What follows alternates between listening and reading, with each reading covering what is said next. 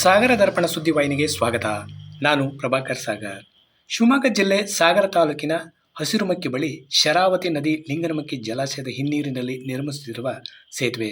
ಈ ಸೇತುವೆಯನ್ನು ವೀಕ್ಷಿಸಲು ಶಿಕ್ಷಣ ಸಚಿವರು ಹಾಗೂ ಜಿಲ್ಲಾ ಉಸ್ತುವಾರಿ ಸಚಿವರಾದ ಮಧು ಬಂಗಾರಪ್ಪ ಹಾಗೂ ಅರಣ್ಯ ಕೈಗಾರಿಕಾ ನಿಗಮದ ಅಧ್ಯಕ್ಷರಾದ ಗೋಪಾಲಕೃಷ್ಣ ಬೇಳೂರು, ಪಕ್ಷದ ಕಾರ್ಯಕರ್ತರು ಹಾಗೂ ಮುಖಂಡರುಗಳು ಹಾಜರಿದ್ದರು. ಸಚಿವರು ಹಾಗೂ ಶಾಸಕರು ವೀಕ್ಷಣೆಯನ್ನು ಮಾಡಿ ಸಂಭ್ರಮಿಸಿದರು. ಇವತ್ತು ಅದು ವೀಕ್ಷಣೆಗಾಗಿ ನಮ್ಮ ಮಂತ್ರಿಗಳು ಬಂದಿದ್ದಾರೆ. ಬಹುಶಃ ಇದು ಬೇಗ ಆಗ್ಬೇಕು. ನಾವು ಇವತ್ತು ಅವ್ರಿಗೆ ಗಡುವು ಕೊಟ್ಟಿದ್ದಾರೆ. ನಮಗೆ ಮೇ ಒಳಗೆ ನಮಗೆ ಮುಗಿಸ್ಕೊಡ್ತೀವಿ ಸರ್, ನಿಮ್ಗೆ ಹ್ಯಾಂಡ್ ಓವರ್ ಮಾಡ್ತೀವಿ ಅಂತ ಹೇಳಿದ್ದಾರೆ. ಮೇಯಲ್ಲಿ ಬಹುಶಃ ಉದ್ಘಾಟನೆ ಮಾಡಲಿಕ್ಕೆ ರಾಜ್ಯದ ನಮ್ಮ ಯಾರನ್ನು ಕರಿಬೇಕು ಅನ್ನೋದು ಆಫೀಸ್ ತೀರ್ಮಾನ ಮಾಡ್ತೀವಿ. ಹಾಗಾಗಿ ಇವತ್ತು ಇಲ್ಲಿಗೆ ಆಗಮಿಸಿರುವಂತ ಮಾನ್ಯ ಸಚಿವರಾದ ಮಧು ಬಂಗಾರಪ್ಪನವರಿಗೆ ಮಾತಾಡ್ಲಿಕ್ಕೆ ಕೊಡ್ತೇನೆ. ಅವರು ಬಂದು ಹೋಗೋದು ನನಗೆ ಆ ಸಮಯ ಸಿಕ್ಕಿರ್ಲಿಲ್ಲ. ಆದ್ರೆ ಇವತ್ತು ಆ ಕಾರ್ಯವನ್ನ ತಗೊಂಡ್ವಿ. ನಾನು ವಿಚಾರವಾಗಿ ಹೇಳಿದ್ದಾರೆ. ಆದ್ರೆ ಬಹಳ ಮುಖ್ಯವಾಗಿ ಏನು ಅಂತ ಹೇಳಿದ್ರೆ, ನಮ್ಮ ಸರ್ಕಾರ ಬಂದ್ಮೇಲೆ, ಯಾಕಂದ್ರೆ ಇದು ಕಾಗೋಡು ತಿಮ್ಮಪ್ಪಾಜಿಯವರು ಇದ್ದಾಗ ಅವ್ರ ಕನಸು ಗುಡ್ಲಿ ಪೂಜೆ ಮಾಡಿರ್ತಕ್ಕಂಥ ತಮ್ಗೆಲ್ಲ ಗೊತ್ತಿದೆ. ಅದಾದ್ಮೇಲೆ 5 ವರ್ಷ ಯಾವುದೇ ಕಾರಣಕ್ಕೂ ಮಧ್ಯೆ ಏನು ಆಗಕ್ಕೆ ಆಗ್ಲಿಲ್ಲ. ಅವಾಗ 32 ಕೋಟಿ ಮಾತ್ರ, ಅದನ್ನೇ 32 ಕೋಟಿ ಮಾತ್ರ ಫಸ್ಟ್ ಅಲ್ಲಿ ಬಿಡುಗಡೆ ಆಗಿದೆ. ಅದಾದ್ಮೇಲೆ ನಿಲ್ತದೆ, ಸ್ಲೋ ಆಗ್ತದೆ, ಫಂಡ್ಸ್ ಕೊಡೋದಿಲ್ಲ. ಯಾಕಂದ್ರೆ ಅದು ಯಾಕೆ ಕಾರಣ ಅದು ಗೋಪಾಲವರು ಕೂಡ ಹೇಳಿದ್ದಾರೆ. ಆ ಬ್ರಿಡ್ಜ್ ಗಿಂತ ಈ ಬ್ರಿಡ್ಜ್ ನಮಗೇನಿಲ್ಲ, 2 ಬ್ರಿಡ್ಜ್ ಆಗ್ಬೇಕು, ಅದು ಹಂಗೆ ಅಂತ ಹೇಳಲ್ಲ. ಯಾಕಂದ್ರೆ ಈ ಕಡೆ ಭಾಗದ ಜನರು ಕನ್ಸೋದು ಸುಮಾರಷ್ಟು ಶರಾವತಿ ಸಂತ್ರಸ್ತು ಮತ್ತೆ ಇಲ್ಲಿ ಸಂಪರ್ಕ ಹೋಗ್ತಕ್ಕಂಥದ್ದು, ಘಟ್ಟದ ಕೆಳಗೆ ಕೂಡ ಸಂಪರ್ಕ ಆಗ್ತಕ್ಕಂಥದ್ದು ಬಹಳ ವರ್ಷದಿಂದ ಕೂಡ ಏನ್ ಕನ್ಸಿದೆ. 2 ಕಡೆ ನನ್ಸಾಗ್ತಾ ಇದೆ, ತೊಂದರೆ ಇಲ್ಲ.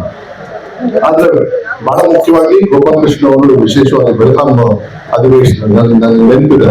ಆ ಸಂದರ್ಭದಲ್ಲಿ ಮಾತಾಡಾದ್ಮೇಲೆ ಈಗ 42 ಕೋಟಿನ 45 ಕೋಟಿ ಕೊಟ್ಟು ಇನ್ನು ಬ್ಯಾಲೆನ್ಸ್ ಇರೋದು 25 ಕೋಟಿ ಅಲ್ಲಿಗೆ ಮುಗೀತು.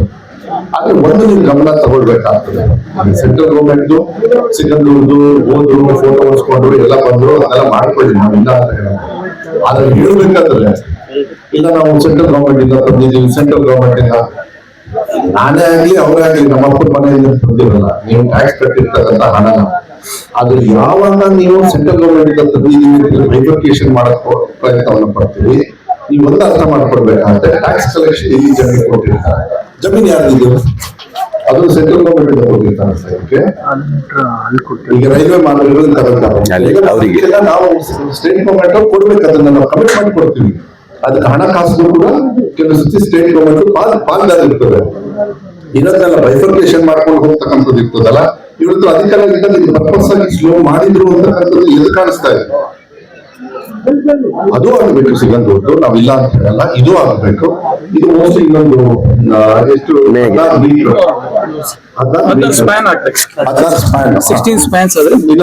ಸ್ಪ್ಯಾನ್ ಆದ್ರೆ ಅಂದ್ರೆ ಅಲ್ಲಿಗೆ ಸುಮಾರು 4-5 ಪಿಲ್ಲರ್ ಎಷ್ಟು ಆಗ್ಬಿಟ್ರೆ ಅಲ್ಲಿಗೆ ಇದು ಕೂಡ ಅದು ಕೂಡ ಮುಗಿತದೆ. ಅದನ್ನು ಕೂಡ ಹಣದ ವ್ಯವಸ್ಥೆ ಕೂಡ ಗೋಪಾಲಕೃಷ್ಣ ಹಣದ ಕೊರತೆ ಏನಿಲ್ಲ ಮಾಡ್ತಕ್ಕಂಥದ್ದು ಕಂಟಿನ್ಯೂ ಇದೆ. Complete state project.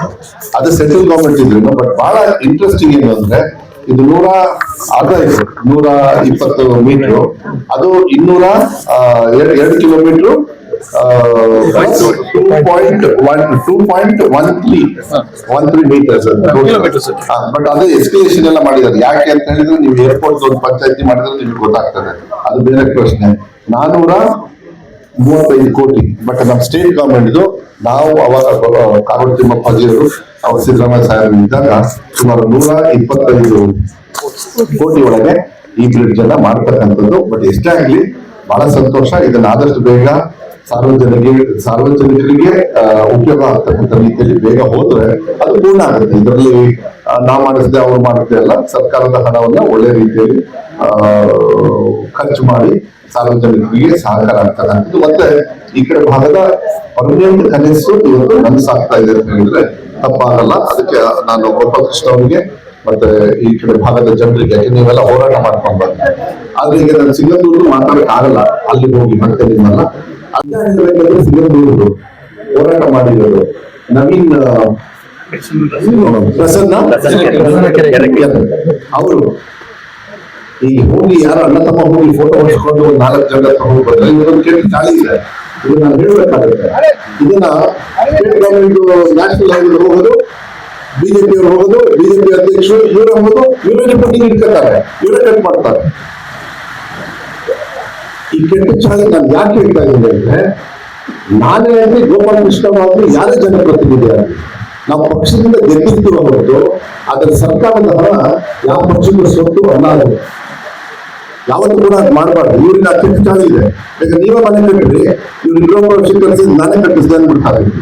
ಆ ಅಭ್ಯಾಸ ಇದೆ ಇವರಿಗೆ ಊರು ತುಂಬ. ಹೋರಾಟ ಮಾಡಿದವ್ರು ಯಾರು? ಅವತ್ತು ಕಾಗೋಡು ತಿಮ್ಮಪ್ಪಗೆ ಅವ್ರು ಏನಾದ್ರು ಗುಡಿ ಪೂಜೆ ಮಾಡಲಿಲ್ಲ ಅಂತಿದ್ರೆ, ಯಾಕೆ ಇದನ್ನ ಮಾಡಿರೋದು ಮಾಡದೇ ಇರೋನು ಹಾಲಪ್ಪ ಅವರು ಈಗ ಅದನ್ನ ಎಲ್ಲಿಗೆ ತಂದಿರೋ ಈಗ ಮತ್ತೆ ಹೊಸದಾಗಿ ತಗೋಬೇಕಾಗಿತ್ತು. ಗೋಪಾಲ ಕೃಷ್ಣ ಅವರು ಅವತ್ತು ಕಾಗೋಡು ತಿಮ್ಮಪ್ಪ ಬುನಾದಿ ಹಾಕ್ತಾರೆ. 5 ವರ್ಷ ಸ್ಥಗಿತ ಆಯ್ತು. 5 ವರ್ಷ ಅವರೇ ಸರ್ಕಾರ ಇತ್ತು, ಅವ್ರು ಮಾಡ್ಬೋದಾಗಿತ್ತು. ಆಗಲಿ. ಸೊ ಅದಕ್ಕೆ ನಾನು ಹೆಚ್ಚು ಚರ್ಚೆ ಮಾಡಕ್ ಹೋಗಲ್ಲ. ಯಾಕಂದ್ರೆ